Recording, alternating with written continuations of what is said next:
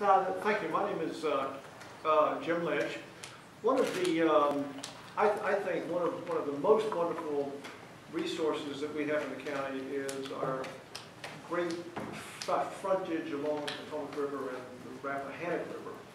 Yet we have so little opportunities to get to the rivers. There's only 2 minimal landings on the Rappahannock, and there's a very, very small minimal public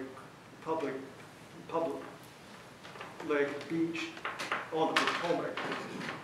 Is there any way that any of you all might suggest that we can improve the public access to our rivers? Does anyone want to respond to that? The only thing I would remind you is, if you recall, Caledon now has access to the river. So we now have ability to put canoes and kayaks there that previously was not available to us. So I just thought I should mention that to you because you seem to have overlooked that in your comments. But otherwise, for private property, we have no means to open that up for public access. I mean, it's private property. So I will tell you, I have mentioned to Bell Grove that if there's any way feasible for them to consider opening up a venue for canoes and kayaks on the Rappahannock River there, I think it would be good for their business as well as good for the public. Thank you. Anyone else have a question? I would like to offer an answer to, there's 2 things, right? There's authority and there's influence. We have limited authority with respect to trying to push it up, right? But we have a lot of influence. There are opportunities for bringing that influence to bear, and we should expand that view. Lakes, ponds, etc., right? Conservancy, right, is an opportunity to take a place that is already inside a development. Could we talk to folks about getting an approval to putting that into a conservancy and just provide for the community, not just for that development? So there are options, and I would really believe that we should work diligently on those options because that is fact, Jim. Right, aiming right at quality of life, right? Thank you. That's all. All right, anyone else with questions? My name is Bob Harvey. I live here in the county, been here about 12 years. One of the things Ms. Brabo has brought up is the town meeting she's had on the fracking, and I've been to a number of the meetings. Mr. Sisson, I've been before the Board of Supervisors. Yes, sir. My question is this: the infrastructure of King George County, our roads are absolutely horrendous. They're full of potholes. They are breaking up. They are dangerous. Unconfirmed, from a DMV person, a VDOT person, we get $60,000 since we've been moved out of the Fredericksburg office down to Tappahannock. King George County gets $60,000 a year to patch potholes. That didn't even pay for the employee. So therefore, potholes are not fixed on a regular basis. When they do come in, it is substandard work. It's a waste of time. With this little sprinkling of a little oil and a little bit of gray dust, and we say, it's fixed. 2 days later, it's gone. With the fracking, my problem is this: money speaks from behind the scenes a lot of times. Our roads are in such bad shape now that if one of these big companies comes in and said, look, we're going to give you $15 million to repair road damage, and you say, oh, wonderful, $15 million, we got it. What if it costs $250 million to fix the damage that they do? How do you propose to address that issue? And I'd be glad to start this up. Thank you, Mr. Hardy, for both your questions. In regards to VDOT, long-standing challenge, and the challenges that they face in keeping up with our road needs. So, the Commonwealth of Virginia, Dillon State, a lot of things go along with that. One being that as localities, we do not own the roadways, and nor do we want to own the roadways. I can tell you that's a solution that I don't think any of us on the board today, or I would encourage any candidates to, any and all candidates to stay away from the concept of devolution, where the state's responsibility is devolved to localities. So the number you mentioned is we've been in the $68,000 to $80,000 range for road improvements. That doesn't cover their normal maintenance and bush hogging and things like that. Their district budget is certainly greater than that. But they're challenging with what they can execute. I-95 corridor, Hampton roads, and the city of Richmond really drive a lot of the state's transportation budget. It's the metropolitan planning organizations that drive a lot of the state VDOT budget. I've been fighting my whole time on the board to get dirt roads paved. And you talk about some of those solutions, and they're rural paved in place and are very constrained in how you can operate. So what do we do about it, right? We continue to lobby and stay engaged with our General Assembly members, Brian McDougall and Richard Stewart on the Senate side, and Margaret Ranson on the House of Delegates side. We stay very closely coupled with all of them. We have an opportunity through the new funding formulas. There's a complex funding formula that's tougher than probably differential equations to figure out how the state's going to apply their model of funding for road improvements. But it does give us an opportunity to go forward, and we just went forward with a new proposal out of that, and it should accelerate it. That's the extension of the turn lane at D-Gate going into the base and to try to resolve the problems that causes. So there's the everyday road maintenance side issue enough, certainly, and we get response when we work on our General Assembly members, and we stay engaged with our VDOT reps. But they're somewhat tied to, their hands are tied somewhat with the budget that they deal with. In regards to the fracking part of the question, I don't support fracking here in King George. I've said that very clearly. I think it's an industrial operation that really doesn't have a place on our rural landscape. So that's a land use decision that a Board of Supervisors in the Commonwealth of Virginia can make. There's no support for it on our board. There hasn't been any support for it on our board, and we've taken the right steps to shore up our ordinance to make sure it doesn't happen. And thankfully, there's been no real pressure to make that happen. But there's, for one, I'm not going to support it, and I don't think anyone on our board will. Go ahead and speak as well. At least with regards to fracking, I'm not even on the board right now. I know this is not the right area for it. I don't agree with it. I don't think it should be done. Anyone coming in, we already have a lot of trucks on our roads. I know I was speaking with a gentleman down over by the Stafford line, and he was speaking about the trucks coming out of the warehouse over there, and how it's very dangerous out actually on the roads, and concerns with the routes the trucks take. But also as well the wear and tear that's being done to our roads out there. Any industry coming in, that's a big thing you need to look at. In regards to fracking, though, you look at even if they were willing to give us money to help improve the roads, the costs of something going wrong would be catastrophic for our county. I can't justify it. So in regards to that, I'd say no. But any industry coming in, anything with more trucks, it's something that has to be looked at, and it's hard to justify that again. To say, hey, you're going to put a lot of wear and tear on our county. You're going to clog up the roads. I'd have to look at each individual case, but it's hard to justify. So I'm not a real big proponent for bringing more truck traffic through our county. Any other questions? I have one more based on that. Okay. This would be for you, sir. The landfill, we're going to go up and we're going to put more weight on what we currently have. Underneath of all that mess is a clay cap, a liner. The more pressure we put on that liner, and it was designed at that time to handle X amount of refuse, we have now quadrupled that refuse that clay cap or liner was originally designed to hold. What steps are we taking to ensure that when we vote to raise it another 50 foot in the air, that weight is not going to crack that clay cap, and that water is going to run into our aqua systems? And we're worried about fracking. When you have that stuff started running out of the landfill into your aquifers, we got a major problem. So that's a concern for me also, because my aquifer runs right past the landfill. Well, I would say that I don't have the engineering acumen to answer your question adequately, but what I would do is, on the Board of Supervisors, was ensure that the engineering was accomplished. As you create more weight on something, if you create a situation where you have X weight, you got to be careful not to impose minimum standards, but to overachieve. And I'm relatively sure we did overachieve at the landfill.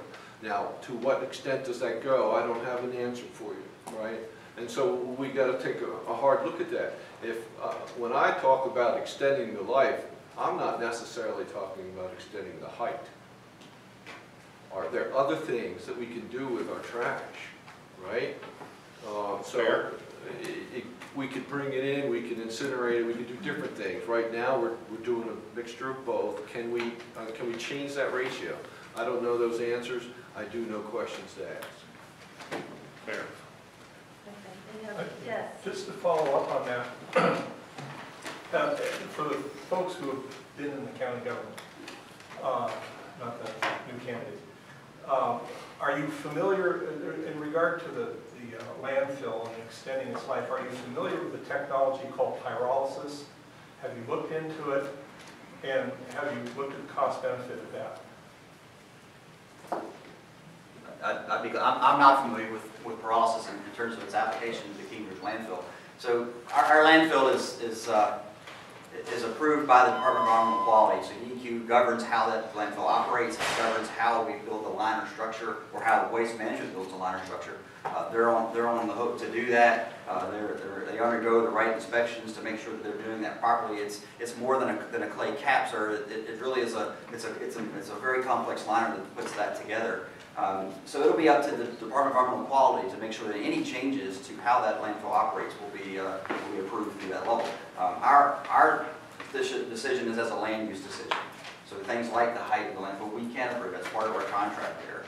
But we could, without the DEQ assessment and approval of the permitting on their side, it really doesn't matter what we do. So it has to be in conjunction with that. Those two have to be closely The coupled. relatively new technology, and there's some folks down at the University of Georgia who are, well versed. Our ability as a county is to govern the volume, basically, and the volume input of the landfill. And, so and then DEQ really manages those processes. You can't deal with the volume that's already there.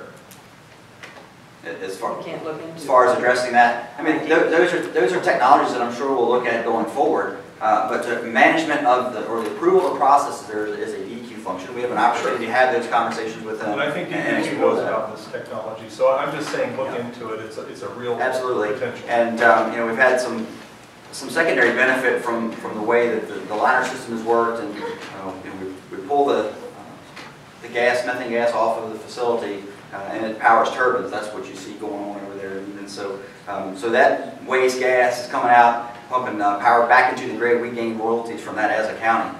February alone, I think we took in about 80 grand in electricity royalties from the waste gas burning in those turbines that we had no cost to King George County to install that equipment. So that's direct revenues the waste management provided to us. And the new agreement, as proposed, DEQ will have to ratify it, but as proposed will increase the tipping fees for us and the royalties as we go forward. So that number that Mr. Scarmosi mentioned will actually increase and carry us out through 2042 with the agreement that we've worked out. So that gives us an opportunity to have our infrastructure covered for that amount of time. It doesn't mean that we rest on our laurels and don't continue to do the right and sound economic development that ultimately replaces that revenue stream. My husband and I have been residents of the Hopyard community for going on 9 years now. When we first moved to this community, there were close to 100 houses that were built. Now it's pushing 300 houses, and the future plan is for close to 900 houses. So I think we should have, or should have a significant voice in the governing of our community. My question is a two-part question, and this is directed at the King George Board of Supervisors candidates. First of all, how many times over the past 4 years have you organized or participated in an informal meeting held here at the hall for the members of the Hopyard community? So this is the past. Going forward, what would you as a candidate for King George Board of Supervisors, which would be a 4-year term, think is the single most important issue that we, the residents of the Hopyard community, should be aware of and should be addressing right now as a community? And if each of the candidates would address these two questions. Sure. I've lived over presidential, like I said, only ever come over here really for my kids' swim meets. Never really any informal meetings. Been for a couple of things recently to deal with the election, but it's really been recent that I've really come over here a bunch. But in regards to, sorry, what was the second part of the question? What's the single most issue? Yeah. Issue. I think it's the Surface Authority Board and the costs that it incurs right now. I mean, I talked about that a little bit. I also am a customer, and I think it's a big issue for the people in this county, or this community, in regards to, you guys had a plant that was already paid for as part of the cost of the house in the first place, and now you guys are involved in paying for the debt. And so, you know, some of the debt would still make sense probably from some of the infrastructure for the county still, but it's hard to justify the costs to just say across the board, hey, you guys, great, we'll take your treatment plant in, and now we'll just keep charging you like we charge everyone else. So like I said, I think there needs to be some kind of resolution of how we find a way to pay down that debt for the county, and I don't think just raising the rates is the right way to go. I've attended two here. I would gladly attend more. I would be more than happy to hold town hall meetings here in this district. Unfortunately, I currently represent the Dahlgren district, therefore that means I hold my town hall meetings in the Dahlgren district. That's one of the great things about being the at-large supervisor, then I'd be able to hold my town hall meetings anywhere in the county, in any district. While they currently only hold them in the Dahlgren district, they are open to any resident in the county. As Mr. Harvey stated, he has attended the fracking ones that I've held. In reference to your second question, I would say the biggest concern would be infrastructure, which obviously encompasses a lot of things. But as a rule, families are the ones who are typically purchasing homes in these types of subdivisions, and that means more children in our schools, which are pretty much at max capacity already, as you can duly note by the number of trailer pods that are located outside of the building, which brings with it safety concerns and lots of other things. They don't have restroom facilities, so to me it's very concerning when you have special ed kids located out in a trailer in wheelchairs and things of that nature. So in the rain and the snow and all of that, when they need to use the restroom, they have to be somehow escorted into the building, and that then impacts the teacher-student ratio in the classroom for the children that are then left in the classroom. But it encompasses, you know, more customers on the service authority. It encompasses more traffic on our roads. It encompasses the fact that now there's more 911 calls that our fire rescue services and sheriff's department need to answer. So yes, infrastructure is a big word, but I believe when you begin adding all these residential homes to our community, it puts a strain on our infrastructure, and we need to be prepared for that. Those were pretty interesting questions. I have participated here in this building a couple of times. I was here, I think, when Renee Parker was running. And I agree, by the way, with Ms. Brabo. I would welcome the opportunity to come back and speak at any time. So I'll just put that out there. And I live right down the road, straight down the road, actually. Until you get to that terribly bad intersection down there where it splits and rolls right and goes left. And I would talk to you about influence with the VDOT, but I can't get them to respond. I can't get them to answer my call. I can give you a name if you can reach him, but it's not helping me. The number one problem affecting that you think would affect Hopyard. I'm on planning commission, and we have these primary growth areas: Dahlgren, King George, and there's an element here close by for Hopyard for industry development. So the service authority came to the planning commission and said, we're at this place where you want to build more in King George, you want to focus growth in King George, but our infrastructure is not quite right. It needs to be upgraded. That would cost $7 million. What we'd like to do is run a pipe out to Hopyard. It'd save us, $5 million. We could do that for $2 million.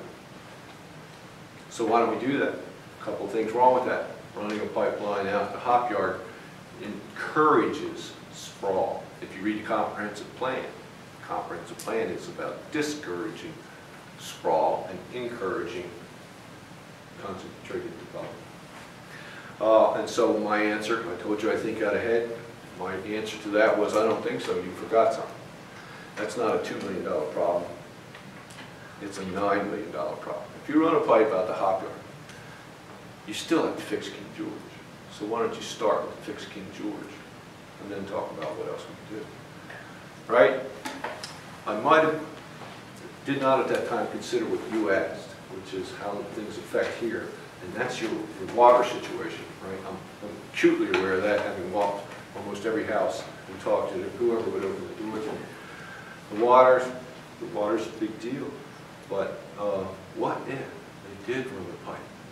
Would you get a credit for that pipe towards your water bill? I don't know that answer.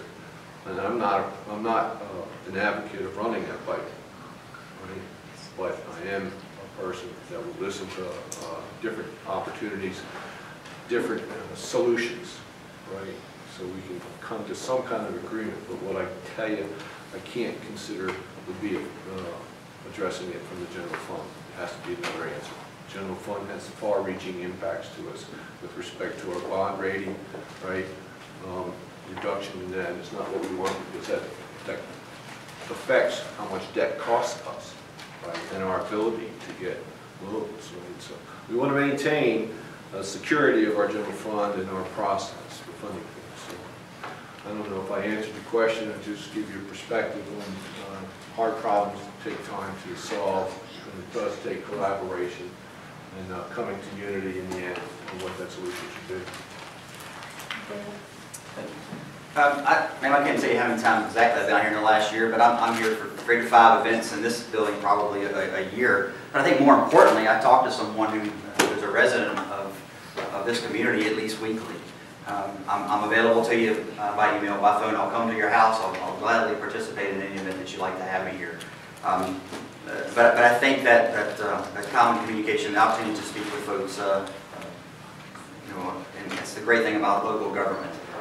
As a public service opportunity, we get the chance to interface, whether it be at the food line or at Benny's on Friday night. That's about a 3-hour exit strategy to get out of Benny's on a Friday night, and I enjoy it like crazy. My kids are a little enjoy a little less the amount of time it takes us to get out, but that's one of the great things that we have here in being part of local government, is that we get a chance to talk to you every day, every week, in every venue around the county. And I think we all appreciate that opportunity to be approached and to address your concerns. So relative to the challenge that you face here in the Hopyard community, I don't think it's any different than we face in the rest of the county. So I'll start with a positive. I think we have a lot of really good stuff going on. I think we ought to embrace that and continue that. We have a solid capital improvement plan with a solid budget behind it that allows us to address the infrastructure. It will still take a lot of work to build the staffing that it's going to take in all those areas going forward. We know that. But the world's a lot different place today than it was 10 years ago. It will be a lot different than that 10 years from now. One of the things that's unique about a local governing body, you cannot burden the body that will succeed you. Right? So we talk about strategic planning. Our strategic plan really is the comprehensive plan. That's the one that the General Assembly allows us to utilize for our long-range planning. We use it, we follow it, and we make decisions for our county based on that. But the challenge that we're all going to really face, I believe, in localities in Virginia is a concept that I started to touch on previously, and that's the devolution. Whether it's the road system being handed down to us and told to maintain without the adequate budget to do so, a reduction in our school funding formula, and things like that are a real risk as the General Assembly works to continue to try to balance its budget and deal with the challenges of funding in Richmond. Schools are 60% of our budget today. They're going to always be at least that much. That's really where the bulk of local government spends its fiscal attention.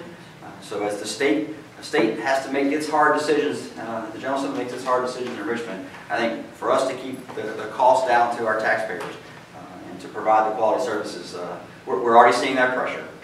That model is not going to necessarily improve on the state side. It'll be up to us to generate the right strategy to smooth out that curve. Paul Kukla. What are the supervisor candidates' thoughts about the need to expand the county tax base, particularly attracting quality businesses into the county, generate more commercial tax revenue, and so forth?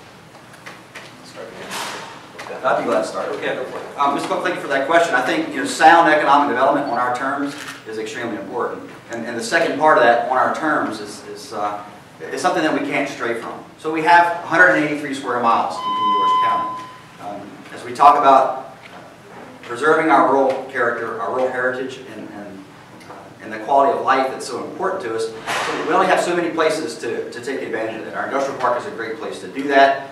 We have the rail service there that is an important element as we work to develop it. Natural gas is probably the next step that we need to take. We've been pursuing that and are trying to find the right fiscal model to make that happen. the good news is we do have the influx from the landfill road that allows us to handle the capital infrastructure. Things like the retail growth that we've seen in the Dalgren area is also helping us on the operational side of the county. But I think really it's landing the right tenants for our industrial park is a big piece of that, and continue to make sure that if we do pursue retail development or have the opportunity for retail development, that it's by design and on our terms. So I would say that focusing too much on the retail sector may be somewhat risky. It's very risky. I do not support retail-based economy. And this seems like we have a lot of kind of assets here in the county that are underutilized and not being used to the fullest and highest and best use to generate the most tax revenue. Thank you. And you're right on the money, at least from my perspective, because while the retail brings funding to the county, it doesn't bring a couple of other things, right? There's not a huge investment made into the people that are employed in those places. If you read my card, you'll hear me talk about career-oriented economic development. Some places that have to invest in their people, right? Because that builds loyalty. It goes both ways, right? Benefits. So you're not a tax burden when you go to the doctor. You're already covered when you go to the doctor. You split that share with your employer. That's how things used to be, right? And they can be that way. Some businesses are that way, and that's the kind of businesses we should be paying attention to. Poor Linwood, he probably gets it from all sides. But I know I've called Linwood a number of times. Linwood, what are we doing to get career-oriented? I saw a Gerdau hat right there, number right there in the industry that works. You know, these are companies that need good people doing good jobs, right? And keeping those people, keeping them on the payroll and staying with that business and growing that business. That's what I would be talking about. But I'll tell you, that's just a start. We have to ensure efficient and cost-effective operations. When we have some money coming in, we got to make sure we put that to good use. We got to manage our debt effectively. We need to mandate effective debt management by policy, right, and exercise fiscal constraint with every dime we got coming in.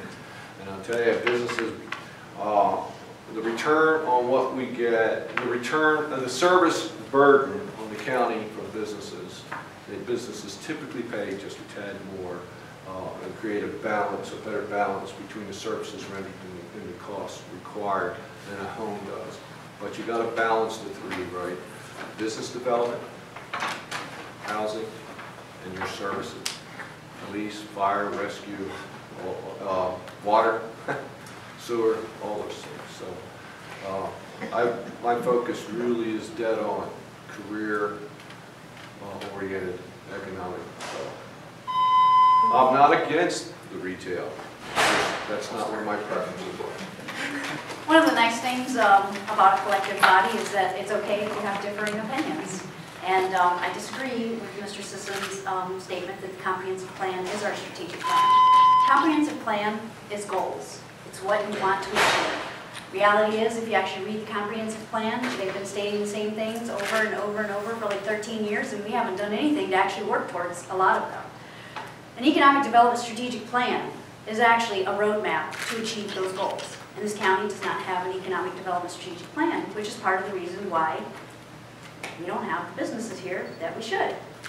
The economic development strategic plan actually outlines step by step how you're going to achieve the goals that you have in your comprehensive plan. My opinion, King George is never going to be successful at recruiting and getting those businesses to actually take a real hard, serious look at us until we implement an economic development strategic plan. I've been on the board of supervisors for 4 years, and there's nothing new with the industrial park. I'll say I think there's a balance that has to be made across the different residential, industrial, and commerce. Obviously, you don't want to just get heavy in one area or the other. We want to make a balance to be healthy in the county. With that said, you got to look at the areas that you want to develop. I think that goes back to talking about what is our plan, where do we want to develop, and making sure that infrastructure is in place. Do those areas that we want to develop, do they have internet access, internet connectivity? Do they have water? Do they have sewage?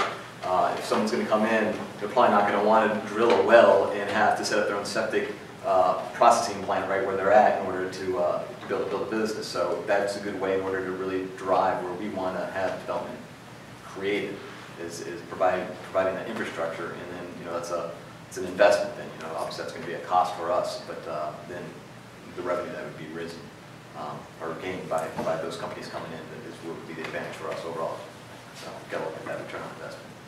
So that's about it. I have a question, and it's just out of curiosity as far as with each of the members.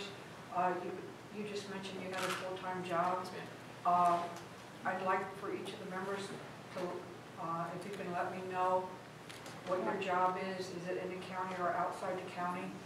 And because it's a full-time job, what's the hours each day? I'm curious of what time you have left over to spend in support of the county. I work at the base. My hours are pretty regular for the most part. Most evenings I'm out by 3:30, 4 o'clock, depending on if there's a meeting or something. But I don't travel often for work. I've had that luxury, so that's nice for me. So in that regards, I'm in the county to begin with, and then when I'm done with work, I'm home. I will say, just full disclosure, I have 3 children. I'm involved in their lives too. They do have an impact on my time as well. So, you know, not that I don't want to help the county. I just want you guys to realize, you know, I do have other commitments as well. Understand? Yeah. When I campaigned for the Dahlgren District Supervisor position, part of my campaign was making everyone aware that I would commit full-time to this. So this is my full-time job.